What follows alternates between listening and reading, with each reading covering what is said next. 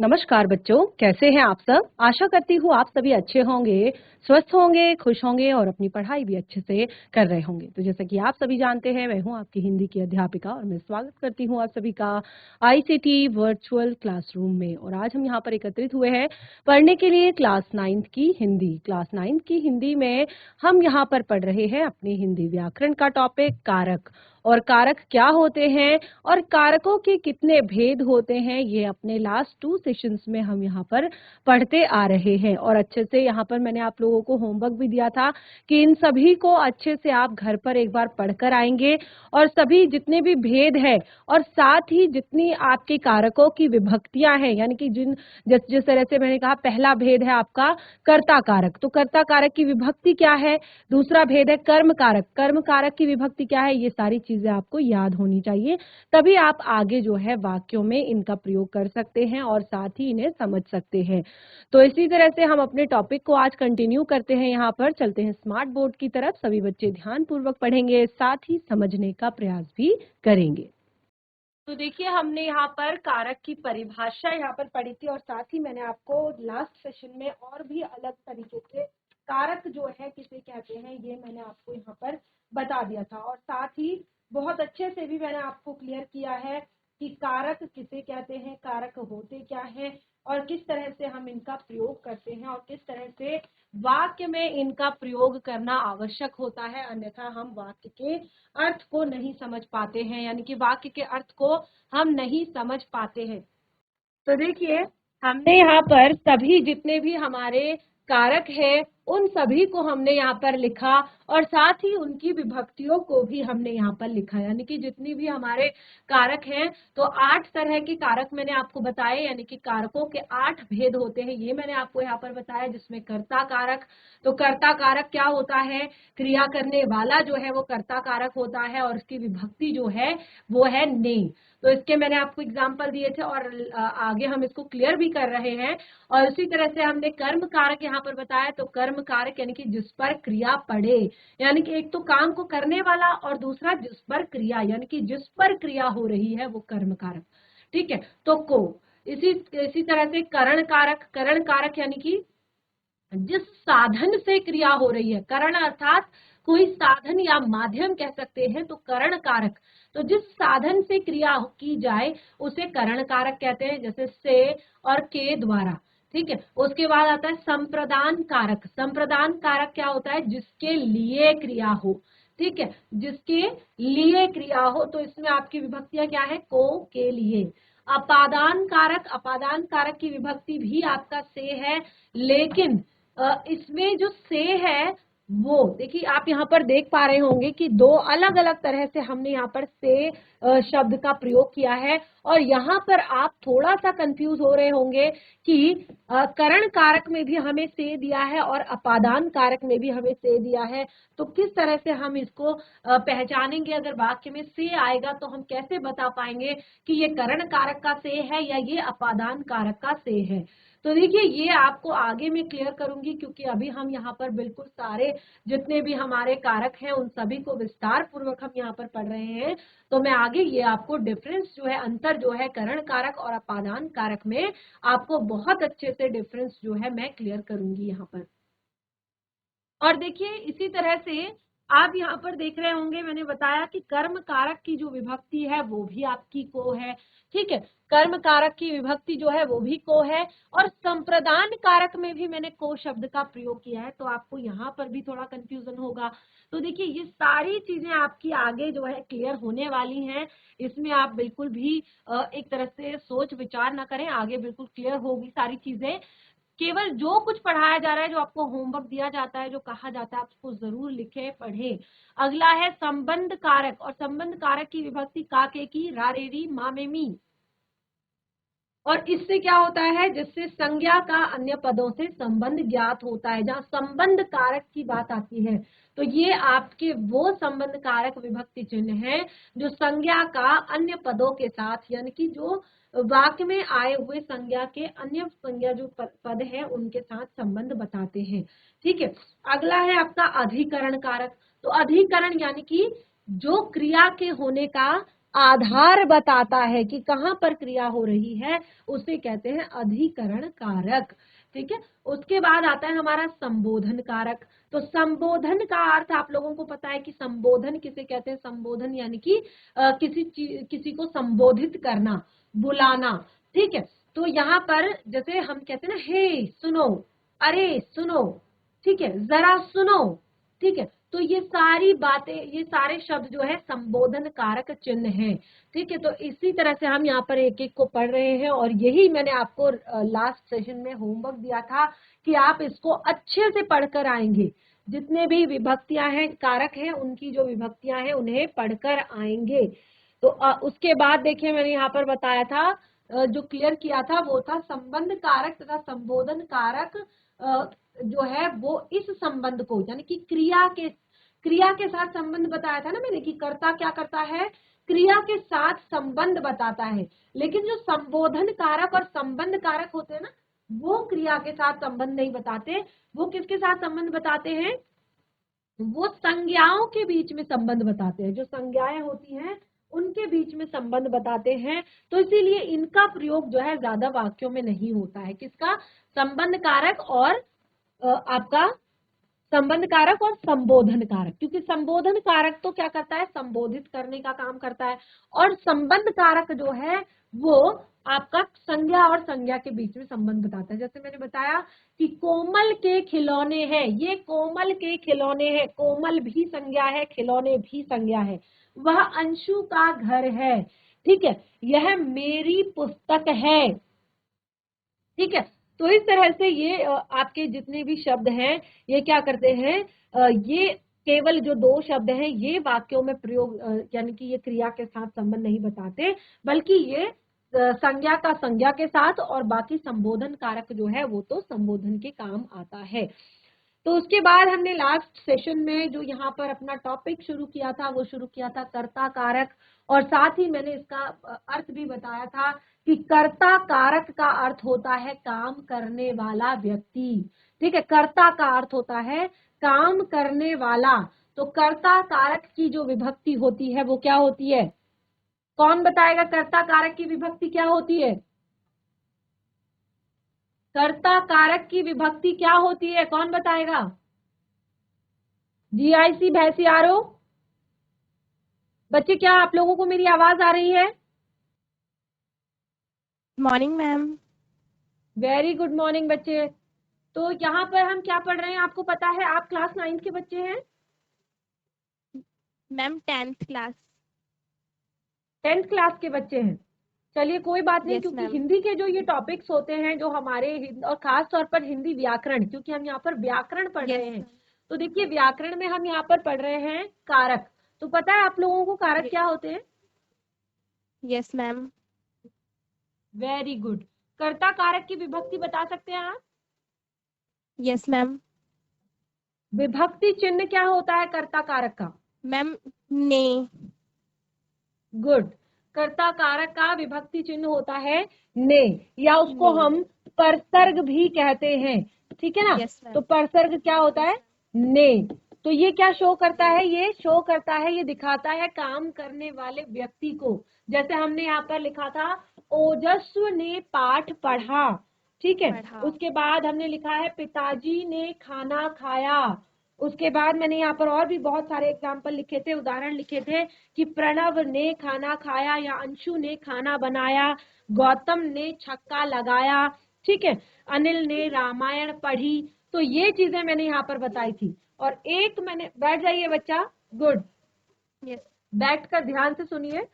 और जो आपको लगता है कि, क्योंकि देखिए जो हिंदी व्याकरण है या इंग्लिश ग्रामर जब हम पढ़ते हैं, है ना, हिंदी व्याकरण या इंग्लिश ग्रामर जब हम पढ़ते हैं, तो फिर हम चाहे 6th क्लास में हो, चाहे 8th क्लास में हो, चाहे 9th क्लास में हो, चाहे 10th में हो, और चाहे 12th में हो, ये हमारे जरूर काम आता है। क्योंकि ये ऐसे हमारे विषय हैं कि आगे जाकर हम कोई भी कॉम्पिटिटिव एग्जाम्स देते हैं, या हिंदी तो आपको पता ही है कि हमारी जो है एक तरह से कंपलसरी सब्जेक्ट है क्लास 12th तक का। यानी कि जो हमारे उत्तराखंड बोर्ड के जो स्कूल्स हैं उनमें कंपलसरी सब्जेक्ट है क्लास 12th तक हमारा हिंदी।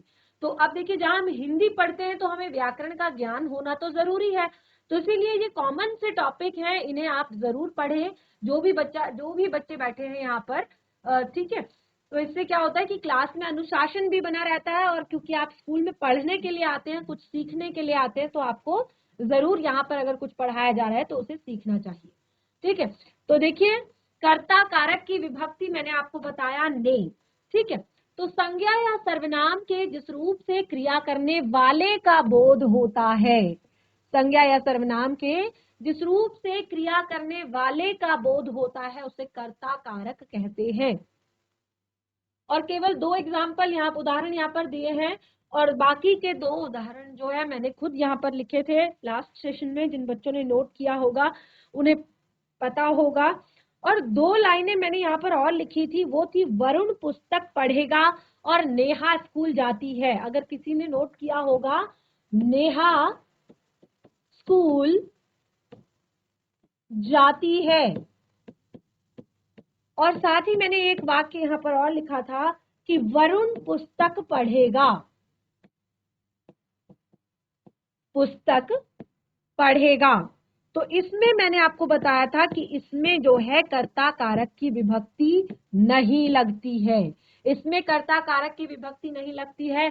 क्यों नहीं लगती है इसमें कर्ता कारक की विभक्ति, ये भी मैंने क्लियर किया था कि मैंने आपको बताया कि जितने भी आपके वर्तमान काल और भविष्य काल के जो वाक्य होते हैं, ठीक है, वर्तमान काल, ठीक है, जो आपके वर्तमान काल और भविष्य काल के जो वाक्य होते हैं उसमें कर्ता कारक के साथ विभक्ति नहीं लगती, ठीक है। अब देखिए, पढ़ेगा, पढ़ेगा कैसा शब्द है हमारा, भविष्यत काल का शब्द है, ठीक है, भविष्यत काल का शब्द है।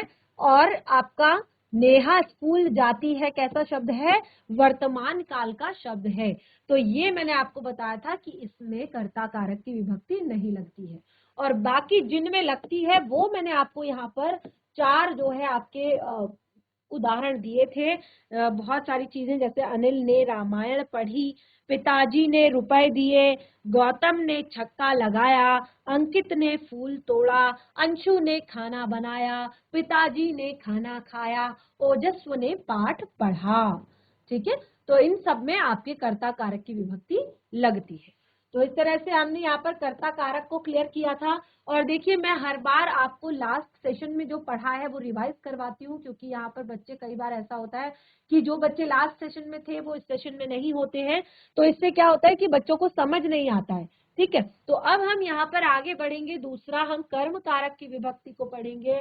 तो देखिए, कर्ता कारक हमारा लास्ट सेशन में बिल्कुल क्लियर हो गया था, और मैं आशा करती हूँ कि आप लोगों को समझ भी आया होगा। नेक्स्ट है हमारा कर्म कारक। तो कर्म कारक की विभक्ति हम यहाँ पर पढ़ रहे थे। तो कर्म कारक की विभक्ति क्या होती है, क्या होती है कर्म कारक की विभक्ति, या कर्म कारक के लिए कौन सा जो है परसर्ग प्रयोग किया जाता है। कर्म कारक की विभक्ति या परसर्ग है को, कर्म कारक की विभक्ति या परसर्ग क्या है, को, ठीक है। विभक्ति चिन्ह या परसर्ग है आपका को, ठीक है। तो संज्ञा या सर्वनाम द्वारा दी गई क्रिया का फल या प्रभाव जिस पर पड़ता है, ठीक है, संज्ञा या सर्वनाम द्वारा जो भी क्रिया की जाती है उसका फल जिस पर पड़ता है, यानी कि जैसे हमने कहा कि माँ ने बालक को सुलाया, एग्जाम्पल देख रहे हैं आप, माँ ने बालक को सुलाया। देखिए, माँ जो है वो क्या कर रही है, काम कर रही है, ठीक है। क्या काम कर रही है, बालक को सुलाने का काम कर रही है। तो माँ अगर काम कर रही है तो माँ तो है कर्ता, ठीक है। तो किसको सुला रही है, वो किस पर पड़ रहा है इस क्रिया का फल। अगर माँ सुलाएंगी तो नींद किसको आएगी, बालक को आएगी, ठीक है। तो बालक क्या है, कर्म है, बालक क्या है, कर्म है। अध्यापक ने छात्रों को पढ़ाया, अध्यापक ने छात्रों को पढ़ाया।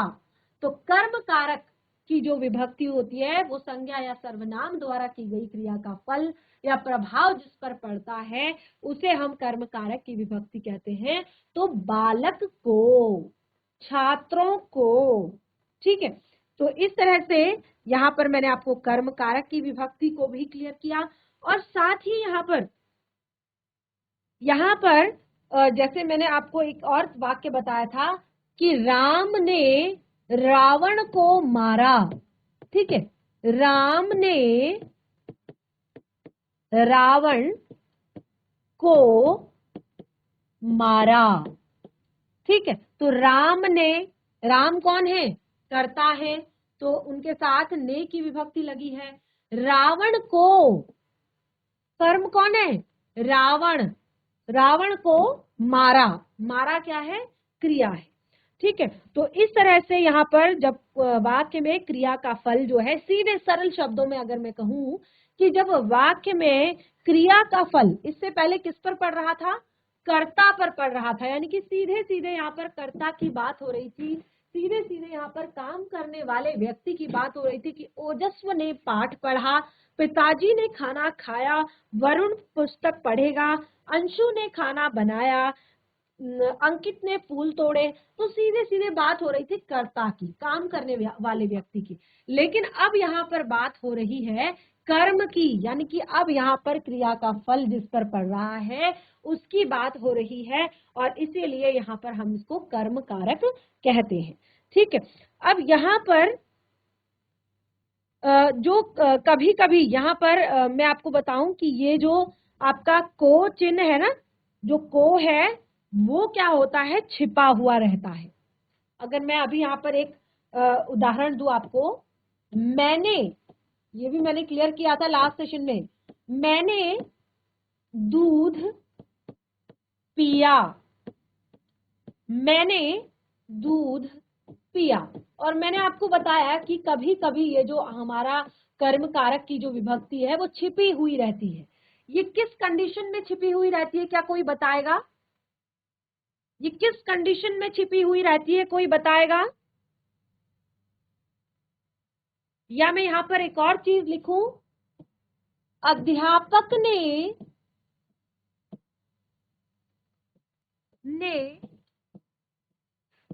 बच्चों को पाठ पढ़ाया। अब आप यहां पर देखेंगे कि दो कर्म हैं। ठीक है, कंफ्यूज मत होइएगा, दो कर्म है, कौन कौन? बच्चा और पाठ। लेकिन आपका जो कर्म कारक की विभक्ति है वो एक ही जगह लगी हुई है, तो ऐसा क्यों? क्या कोई बताएगा मुझे इन दोनों का रीजन कि क्यों यहाँ पर कर्म कारक की विभक्ति का लोप हुआ है, क्यों कर्म कारक की विभक्ति यहाँ पर नहीं लगी हुई है? लास्ट सेशन में मैंने बताया था आप लोगों को, रीजन दिया था बकायदा, बहुत अच्छे से लिख कर दिया था उदाहरण के साथ। कौन बताएगा? जीआईसी कोटियाल गांव, फटाफट माइक लेंगे बच्चा। जीआईसी कोटियाल गांव। Yes ma'am. यस यस, तो बच्चे आपको समझ आ रहा है कि क्या पढ़ रहे हैं हम यहाँ पर? कौन सी क्लास के बच्चे हैं आप? Yes ma'am, 9th। 9th। तो क्या टॉपिक है हमारा जिसको हम पढ़ रहे हैं यहाँ पर? कारक। कारक। कारक में क्या, कौन सा भेद पढ़ रहे हैं हम यहाँ पर कारक का? कर्म कारक, कर्म कारक। तो यहाँ पर लास्ट सेशन में आप लोगों ने लास्ट सेशन में भी क्लास अटेंड की थी, आपने नोट किया है, मैंने कुछ लिखवाया था यहाँ पर कि कर्म कारक की विभक्ति जो है कब नहीं लगती है। आप लोगों ने नोट किया कि कर्म कारक की विभक्ति कब लगती है, कब लगती है और कब नहीं लगती। देखिए बहुत देर में तो आप लोगों ने माइक उठाया और उसके बाद ना तो आप अभी यहाँ पर कुछ नोट कर रहे हैं, ना तो कुछ आप लिख रहे हैं यहाँ पर। चलिए बैठ जाइए बच्चा, क्योंकि यहाँ पर और भी बहुत सारे स्कूल हैं और भी बहुत सारे बच्चे हैं। तो देखिए हमने कहा कि हमने कर्म कारक की जो विभक्ति है वो कब नहीं लगती है। जैसे मैंने कहा मैंने दूध पिया, या अध्यापक ने बच्चों को पाठ पढ़ाया। तो ठीक है, यहाँ पर कर्म है दूध और यहाँ पर दो कर्म है। आपने देखा होगा क्रिया के भेद पढ़े होंगे आपने, एक कर्मक क्रिया, द्विकर्मक क्रिया। तो जहां पर दो कर्म होते हैं उसे द्विकर्मक क्रिया कहते हैं। ठीक है, तो यहाँ पर दो कर्म है। अध्यापक ने बच्चों को पाठ पढ़ाया।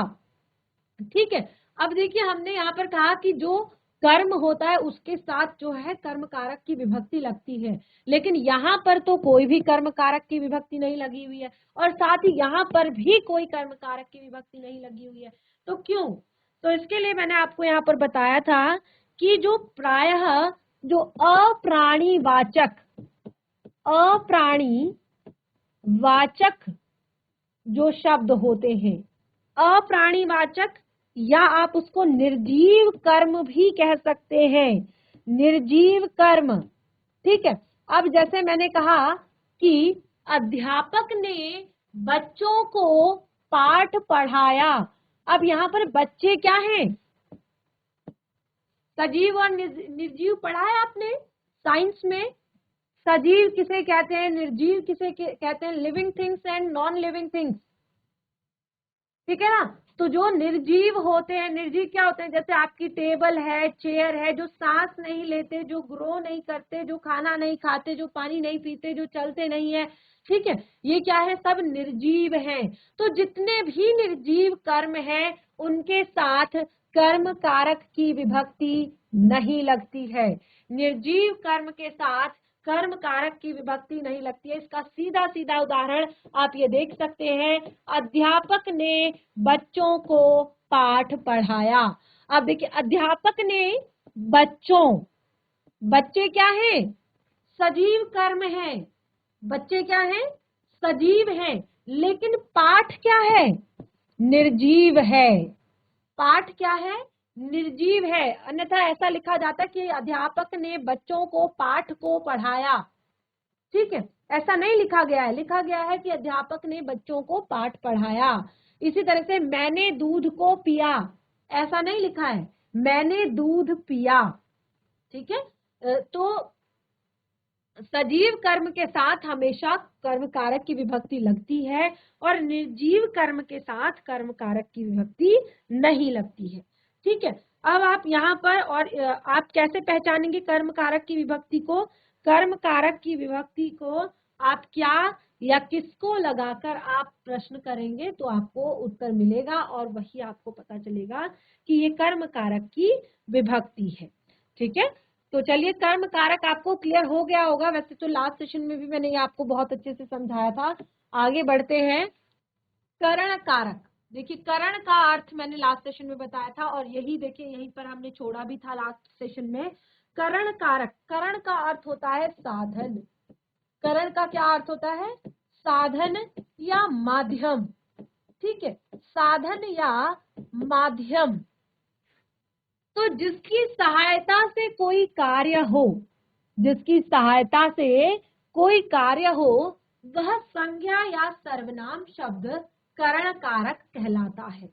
जिसकी सहायता से कोई काम हो, उस संज्ञा शब्द को हम करण कारक कहते हैं। ठीक है, कंस कृष्ण के द्वारा मारा गया। कंस कृष्ण के द्वारा मारा गया। तो अब देखिए यहाँ पर मैंने करण कारक की जो विभक्ति आपको बताई थी वो थी आपकी से और के द्वारा। विभक्ति क्या थी? से और के द्वारा, ये याद कर लीजिएगा आप। ठीक है, तो नंबर 3 है हमारा करण कारक और करण कारक की विभक्ति है से और के द्वारा। तो जैसे कंस के द्वारा, कंस कृष्ण के द्वारा मारा गया। ठीक है, तो यहाँ पर आप कह सकते हैं कि जिस साधन अथवा माध्यम से कर्ता क्रिया करता है, जिस साधन या माध्यम से कर्ता क्रिया करता है। अब देखिए, जिस साधन या माध्यम से जो कर्ता क्रिया करता है उसे हम कहते हैं करण कारक। उसे हम क्या कहते हैं? करण कारक कहते हैं। ठीक है, अब यहाँ पर कंस के मरने का कारण क्या है? कृष्ण है, क्योंकि जो कंस था उसका जब अत्याचार बहुत ज्यादा बढ़ गया था, बहुत ज्यादा बढ़ गया था, तो उस टाइम पे भगवान ने उसको कहा था कि जो देवकी की 8वीं संतान होगी वही तुम्हारे मृत्यु का कारण बनेगी, वही तुम्हारे मृत्यु का कारण बनेगी। और इसी तरह से आपको पता है ना कि किस तरह से कंस था, क्योंकि देवकी उसकी खुद की बहन थी और जैसे ही उसकी शादी हुई तो उसने तुरंत ही देवकी और वसुदेव को महाकारागार में बंद कर दिया और उसके बाद उसने जितने भी उनके पुत्र हुए उन सभी पुत्रों को मार डाला। और देखिए, क्योंकि ये तो परमात्मा का एक रचाया हुआ एक पूरा रचना है, तो इसी तरह से क्या हुआ, जब 8वीं संतान हुई कृष्ण, तो बिल्कुल किसी तरह से कृष्ण जो है निकल कर जो मैया यशोदा है उनके पास पहुंच गए और नंद बाबा के घर पहुंच गए और यहाँ पर जो है उनके पास एक कन्या आ गई और इस तरह से कृष्ण ही कंस की मृत्यु का साधन बने, कंस की मृत्यु का कारण बने। ठीक है, तो कंस कृष्ण के द्वारा मारा गया, कृष्ण ने मारा कंस को। ठीक है, तो जिसकी सहायता से कोई कार्य हो वह संज्ञा या सर्वनाम शब्द करण कारक, और सीधे शब्दों में कहें कि जिस साधन या माध्यम से कर्ता क्रिया करता है उसे कहते हैं कर्म करण कारक। ठीक है, अब यहाँ पर देखिए इसके भी बहुत सारे एग्जाम्पल मैं आपको लिखवाऊंगी। जैसे यहाँ पर लिखे हुए हैं, बढ़ई ने आरी से लकड़ी काटी। अब बढ़ई जो है लकड़ी काटने का काम करता है और बढ़ई ने किससे लकड़ी काटी, बढ़ई ने आरी से लकड़ी काटी। ठीक है, बच्चे फुटबॉल से खेल रहे हैं, बच्चे फुटबॉल से खेल रहे हैं, या हम चम्मच से खीर खाते हैं, हम चम्मच से खीर खाते हैं। बहुत सारे उदाहरण आप इसमें लिख सकते हैं कि कमल पेन से पत्र लिख रहा है। ठीक है, अध्यापिका चौक से लिख रही है। ठीक है, तो यहाँ पर जितने भी के साथ जो ये शब्द हैं से, के द्वारा, ये जितने भी शब्द हैं इनका प्रयोग होते ही क्या यहाँ पर क्या होता है, विभक्ति, इनका प्रयोग एक तरह से हो जाता है। और कई बार आप यहाँ पर देखेंगे कि इसमें के साथ का प्रयोग भी होता है। ठीक है, ये भी ध्यान दीजिएगा कि कहीं कहीं पर अगर आपको ये शब्द दिखाई दिया ना के साथ, तो उसका भी प्रयोग वहां पर होता है। जैसे हम कहेंगे कि कमल ने चटनी के साथ समोसा खाया। ठीक है, कमल ने चटनी के साथ समोसा खाया। तो इसमें कंफ्यूज नहीं होंगे अगर आपको के साथ, क्योंकि एग्जाम में कुछ भी आ सकता है। ठीक है, तो अगर के साथ आपका शब्द आता है तो आप बताएंगे कि ये भी आपका करण कारक है और ये क्या है, इसकी विभक्ति क्या होती है, से या के द्वारा या के साथ। ठीक है, तो इस तरह से करण कारक आप लोगों को यहाँ पर क्लियर हो गया होगा और इसको आप घर से एक बार अच्छे से पढ़कर आएंगे। और साथ ही उसके बाद हम अपने बाकी के टॉपिक्स को, संप्रदान कारक और अपादान कारक और आपका जितने भी बाकी जो हमारे शेष है यहाँ पर, अधिकरण कारक, संबंध कारक, उन सभी को हम यहाँ पर पढ़ेंगे। तो इसके लिए आपको फिर से आपका आज का यही एक टारगेट है कि आप फिर से इस टेबल को जरूर एक बार अच्छे से पढ़कर आए, समझ कर आए, और जितनी भी विभक्ति चिन्ह है, यानी कि कर्ता कारक की विभक्ति क्या है, कर्म कारक की विभक्ति क्या है, करण कारक की विभक्ति क्या है, ये सारी चीजें आप याद करके आएंगे। तो देखिए आज हमने यहाँ पर केवल करण कारक जो हमारा विभक्ति है उसको हमने पढ़ा। तो इस तरह से आप घर पर यदि रिवाइज करके आते हैं, यहाँ पर थोड़ा सा इंटरेक्शन करते हैं, तो यहाँ पर मुझे क्लियर होता है कि आप लोगों को समझ आ रहा है कि नहीं आ रहा है, और इस तरह से हमारा टॉपिक जो है आगे बढ़ता है। तो इसके बाद के टॉपिकों को कंटिन्यू करेंगे हम अपने नेक्स्ट सेशन में। जो आपको आज होमवर्क दिया है उसे जरूर घर पर करें, एक बार अच्छे से पढ़कर आएं। तब तक के लिए धन्यवाद, आपका दिन शुभ हो।